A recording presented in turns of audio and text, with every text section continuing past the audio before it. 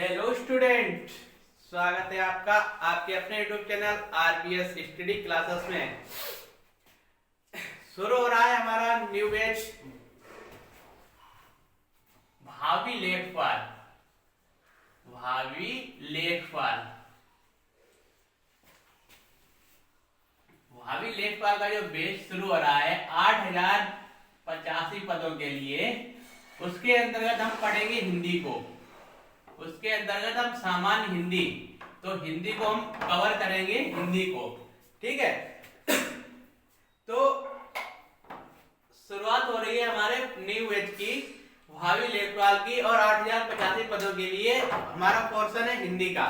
तो अब हिंदी का जो पोर्शन हम पढ़ेंगे, हिंदी के बारे में सीखेंगे। यानी हमारा सिलेबस में हिंदी में क्या क्या आता है, कि हमारे सिलेबस में हिंदी में हमें पढ़ना है कि हिंदी ग्रामर को हमें पढ़ना है, हिंदी ग्रामर को हमें पढ़ना है।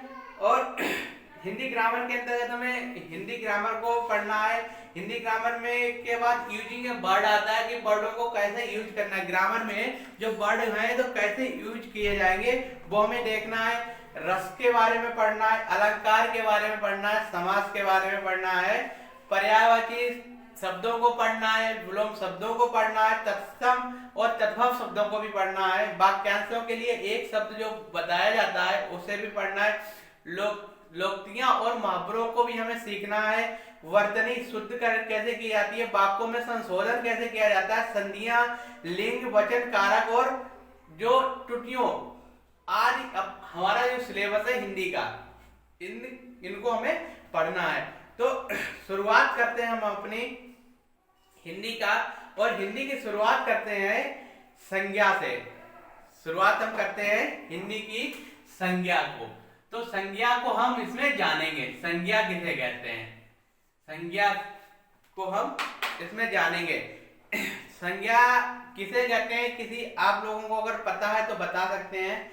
कोई भी अगर जिसे भी पता हो तो वो कमेंट बॉक्स में आकर बता सकते हैं। बताएं संज्ञा किसे कहते हैं। है किसी को है जानकारी संज्ञा के बारे में? चलो कोई बात नहीं, बताते हैं, हम पढ़ाते हैं आपको, इसे समझाते हैं आपको। बहुत ही सरल भाषा में आपको समझाएंगे, ऐसा बता देंगे कि आप कभी भी नहीं भूल पाओगे थे। ठीक है, तो टॉपिक शुरू करने से पहले आप लोग जो लोग पहली बार चैनल को देख रहे हैं तो उसे सब्सक्राइब चैनल को जरूर कर लें, और इसे सब्सक्राइब करने के साथ साथ इसे बेल आइकन को भी दबा दें, जिससे कि आने वाली वीडियो की नोटिफिकेशन आपको मिलती रहे। शुरुआत करते हैं संज्ञा से कि संज्ञा किसे कहते हैं, संज्ञा क्या होती है। तो संज्ञा क्या होती है, किसी व्यक्ति वस्तु, स्थान और जाति या भाव के नाम को हम क्या कहते हैं, संज्ञा कहते हैं। संज्ञा क्या होती है, किसी व्यक्ति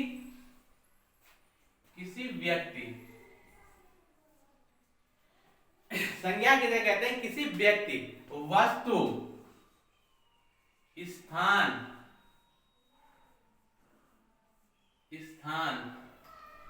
और भाव के नाम को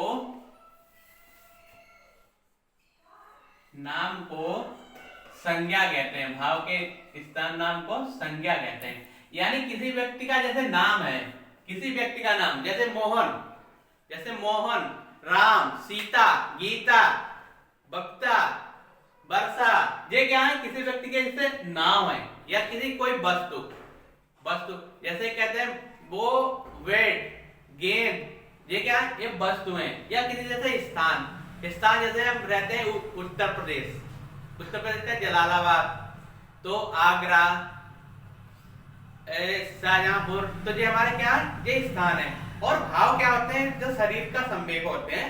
भाव क्या होते हैं, जैसे बुढ़ापा, हंसना, रोना, ये क्या है, ये हमारे क्या कहलाते हैं, भाव कहलाते हैं। ये हमारे क्या कहलाते हैं, भाव। यानी इनकी अगर कहीं पर भी आवृत्ति होती है या इनके कहीं पर भी हम प्रयोग करते हैं तो वहां पर क्या होता है, वहां पर वो संज्ञा कहलाती है।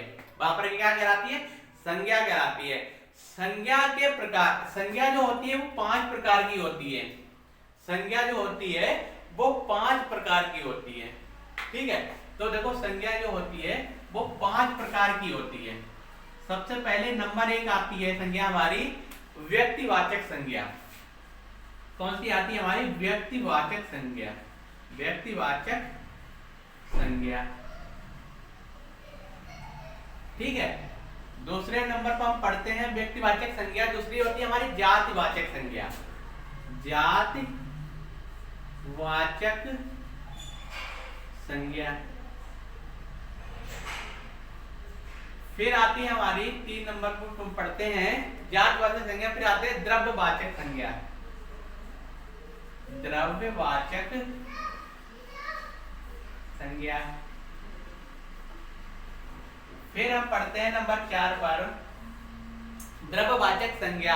फिर हम पढ़ते हैं समूहवाचक संज्ञा। फिर हम पढ़ते हैं समूहवाचक संज्ञा और समूहवाचक संज्ञा और समूहवाचक संज्ञा। समूहवाचक संज्ञा। फिर आती है हमारी 5 नंबर पर भाववाचक संज्ञा। फिर आती है हमारी भाववाचक संज्ञा, ठीक है। यानी संज्ञा किसे कहते हैं? किसी वस्तु, किसी व्यक्ति, वस्तु, स्थान, भाव के नाम को क्या हम कहते हैं? संज्ञा कहते हैं। और संज्ञा जो होती है वो 5 प्रकार की होती है।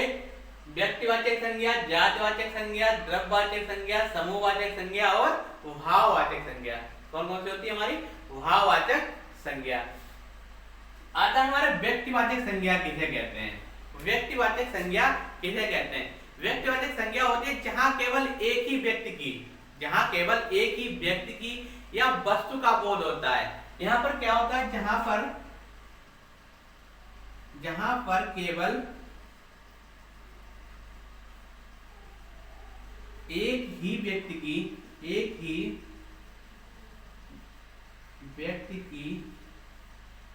या वस्तु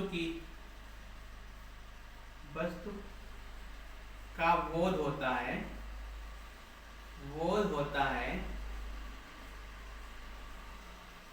ठीक है। जहां पर केवल एक ही व्यक्ति का या एक ही वस्तु का क्या होता है? एक ही स्थान का, जिससे क्या होता है? हमारा बोध होता है। एक ही वस्तु, एक ही स्थान, एक ही भाव, मतलब भाव का मतलब क्या होता है? हमारा बोध होता है। एक ही व्यक्ति, स्थान, व्यक्ति, वस्तु, स्थान का अगर हमें एक कहां पर क्या होता है? व्यक्ति का बोध होता है, तो वहां पर हमारा क्या होता है? व्यक्तिवाचक संज्ञा होती है। जैसे राम, अरे किसी का नाम लेते हैं जैसे राम, तो राम क्या है? राम एक व्यक्तिवाचक संज्ञा है। राम क्या है? व्यक्तिवाचक संज्ञा। किसी का अगर नाम हम लेते हैं राम, व्यक्तिवाचक संज्ञा। सीता व्यक्तिवाचक संज्ञा है। ऐसा ही आता है स्थान। जैसे हम कहते हैं जलालाबाद, तो जलालाबाद क्या है? एक व्यक्तिवाचक संज्ञा के अंतर्गत आता है। जलालाबाद क्या है? एक व्यक्तिवाचक संज्ञा के अंतर्गत आता है, ठीक है। राम हो गया। फिर जैसे हम कहते हैं कोई वस्तु है, जैसे कि रामायण क्या है? एक किताब है, तो उसका नाम है रामायण, किताब है रामायण। यानी रामायण, ये तो हमें पता है रामायण है, यानी उसके नाम से है। यानी किसी की एक किताब है, वो है रामायण। तो रामायण क्या है? यहाँ पर एक व्यक्तिवाचक संज्ञा के अंतर्गत जे आते हैं। व्यक्तिवाचक संज्ञा का मतलब जहां केवल एक ही व्यक्ति की या वस्तु का बोध होता है, तो वहां पर क्या होता है? वहां पर व्यक्तिवाचक संज्ञा होती है, ठीक है। कंफर्म हुआ? वहां पर क्या होती है? व्यक्तिवाचक संज्ञा होती है। आप लोग क्या करें कि बैच तो हमने शुरू कर दिया है, शुरू हो गया है। आपको हम टॉपिक वाइज ये पढ़ाते रहेंगे और आप लोग क्या करें? एक अच्छा सा कॉपी कलम लेके बैठे, उसे नोट डाउन करते रहे। आप नोट डाउन करेंगे, आपका एक अच्छा सा नोट्स तैयार हो जाएगा। फिर आपको इसे बार बार वीडियो भी देखने की जरूरत नहीं पड़ेगी। आप नोट से पढ़ेंगे तब भी आपको आराम से आ जाएगा, ठीक है। तो इसे आप क्या करें? नोट डाउन करते चलें। आता है हमारा जातिवाचक संज्ञा। जहां पर किसी भी व्यक्ति या वस्तु की पूरी जाति का बोध होता है। जहां पर किसी व्यक्ति या वस्तु की पूरी जाति का बोध होता है, पूरी जाति का अगर बोध होता है तो वहां पर क्या होती है, हमारी जातिवाचक संज्ञा होती है। जैसे लड़का है, जैसे हम कहते हैं लड़का, तो लड़का से क्या अर्थ निकला, लड़का तो कोई भी हो सकता है। लड़का, लड़का क्या मतलब, लड़का मतलब पूरी जात लड़कों की लड़का। अगर हम यहीं पर कह देते राम, तो राम एक लड़का है, तो राम क्या है, राम एक संज्ञा है। राम क्या होती है, एक संज्ञा होती है। तो राम कौन सी संज्ञा होती है, वो व्यक्तिवाचक संज्ञा हो जाती है वहां पर। और यहाँ पर हमने कह दिया लड़का, लड़का क्या करता है, वो पूरी जाति को डिनोट करता है, पूरी जाति को व्याख्या करता है। जैसे लड़का होता है, लड़की है, लड़की क्या करती है, पूरी जाति, लड़की जाति पूरी जाति को क्या करती है, ये व्यक्त करती है। ठीक है, तो यहाँ पर क्या है, ये जातिवाचक संज्ञा होती है। ये क्या है, जातिवाचक संज्ञा होती है। तो जातिवाचक संज्ञा क्या होती है, जहां पर किसी व्यक्ति वस्तु की पूरी जाति का अगर जहां पर बोध हो जाता है, जैसे लड़का है, लड़की है, घोड़ा है, मेज है, शिक्षक है। तो जैसे शिक्षक, तो शिक्षक तो मतलब क्या, पूरी जाति का बोध हो रहा है। ये तो नहीं कहते राम एक शिक्षक है, राम एक शिक्षक है। तो अगर राम एक शिक्षक में राम क्या शब्द है, तो राम जो है वो क्या है, एक व्यक्तिवाचक संज्ञा है। और शिक्षक वहां पर कोई अगर शब्द आता है, तो अगर शिक्षक के बारे में पूछा जाएगा तो शिक्षक क्या है, उसकी जाति है। शिक्षक क्या है, उसकी जातिवाचक संज्ञा के अंतर्गत आता है। ठीक है, अब आता है हमारा द्रव्यवाचक संज्ञा।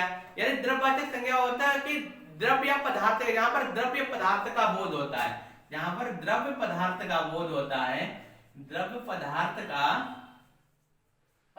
का बोध होता है, बोध होता है। जहां पर द्रव्य पदार्थ का बोध हो, किसी भी वस्तु में द्रव्य पदार्थ का अगर बोध होता है, तो वहां पर क्या होती है, हमारी द्रव्यवाचक संज्ञा होती है। ठीक है, जैसे लोहा, लोहा को क्या है, लोहा एक द्रव्य है। लोहा को अगर ज्यादा गर्म करेंगे तो ये द्रव्य के रूप में आ जाता है, द्रव्य के रूप में आ जाता है। जैसे सोना, सोना क्या है, एक द्रव्यवाचक संज्ञा है। सोना क्या है, द्रव्यवाचक। सोना मतलब गोल्ड है, सोना का मतलब गोल्ड है। सोना मतलब सोने वाला नहीं है, गोल्ड, सोना का मतलब गोल्ड है यहाँ पर। ठीक है, सोना। जैसे आता है तेल, जैसे आता है पानी। तो ये हमारा क्या है, ये हमारी द्रव्यवाचक संज्ञा के अंतर्गत आते हैं, ये हमारी द्रव्यवाचक संज्ञा के अंतर्गत आते हैं। यानी द्रव्य पदार्थ का जहां पर बोध हो जाए, द्रव्य पदार्थ का जहां पर पता चल जाए कि यहाँ पर क्या द्रव्य पदार्थ आता है, तो वहां पर क्या होता है, हमारा द्रव्यवाचक संज्ञा होती है। फिर आता है हमारा समूहवाचक संज्ञा, यानी जहां पर अनेक वस्तुओं का बोध हो, जहां पर अनेक वस्तुओं का बोध हो, अनेक वस्तुओं का बोध हो, वस्तुओं का बोध हो। जहां पर क्या हो, अनेक वस्तुओं का बोध हो, तो वहां पर क्या होता है, जहां पर अनेक वस्तुओं का बोध हो, तो वहां पर क्या, तो समूह होता है। जैसे किसी का समूह, जैसे कहते हैं क्लास, जैसे कहते हैं क्लास, क्लास को क्या कहते हैं, कक्षा।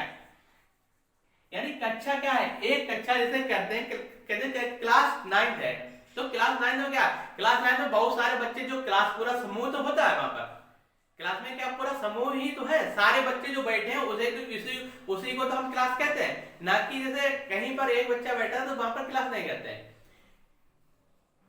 अगर बहुत सारे बच्चों का मतलब समूह बैठा, मतलब बहुत सारे बच्चे, एक क्लास है, तो क्लास का मतलब बहुत सारे बच्चों का समूह हुआ वहां पर, तो क्या है, क्लास हुआ। जैसे परिवार कहते हैं, जैसे परिवार, तो परिवार में क्या होता है, परिवार क्या, तो परिवार क्या होता है, मनुष्यों का समूह होता है। जैसे परिवार में माता भी होता है, पिता भी होते हैं, बच्चे भी होते हैं, चाचा भी होता है, दादा भी होते हैं, बाबा भी होते हैं। ये क्या, ये हमारे परिवार के अंतर्गत आ जाते हैं। तो परिवार अगर कहते हैं, परिवार क्या होता है, कई लोगों का समूह हो जाता है। ठीक है, जैसे कहते हैं झुंड, झुंड, तो झुंड क्या, झुंड बहुत सारे किसी चीज का समूह है, बहुत सारे चीजों का समूह, तो वो क्या कहलाता है, समूहवाचक संज्ञा कहलाती है। फिर आता है हमारा भाववाचक संज्ञा। तो भाववाचक संज्ञा क्या है, जिसमें भाव दशा, इसमें भाव दशा धर्म गुण, जिसमें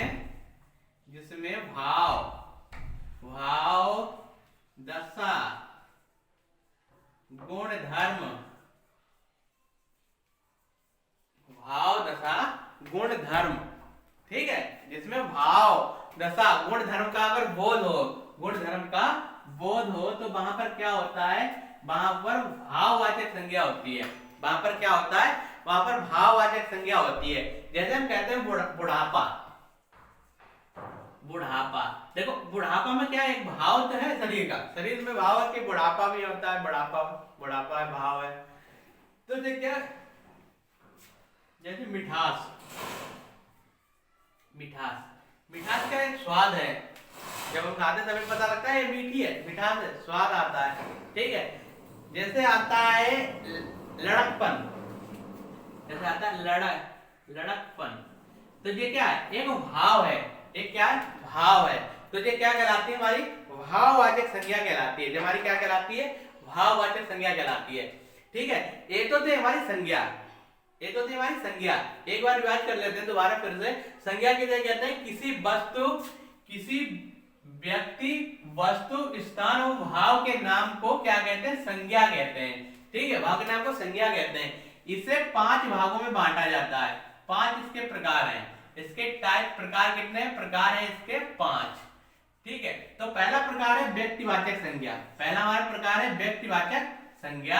दूसरा है हमारा जातिवाचक संज्ञा, तीसरा है हमारा द्रव्यवाचक संज्ञा, चौथा है हमारा समूहवाचक संज्ञा और पांचवा है हमारा भाववाचक संज्ञा, पांचवा हमारा भाववाचक संज्ञा। व्यक्तिवाचक संज्ञा क्या होती है, जहां पर केवल एक ही व्यक्ति का बोध हो, वहां पर क्या होता है, वहां पर व्यक्तिवाचक संज्ञा होती है।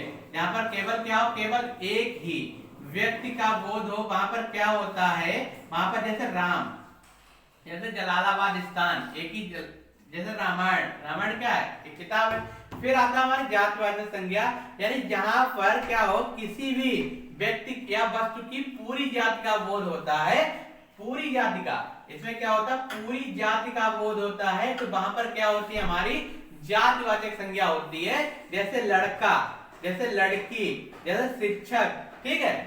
फिर आता है हमारा द्रव्यवाचक संज्ञा। तो द्रव्यवाचक संज्ञा क्या होती है कि किसी द्रव्य पदार्थ का जहां पर बोध हो, जिस संज्ञा में द्रव्य पदार्थ का बोध हो, वहां पर क्या होती है, द्रव्यवाचक संज्ञा होती है। जैसे लोहा, लोहा, सोना, तेल, पानी, ठीक है। देखो अधिक गर्म करेंगे, लोहा को अधिक गर्म करेंगे तो वो द्रव्य में परिवर्तित हो जाता है।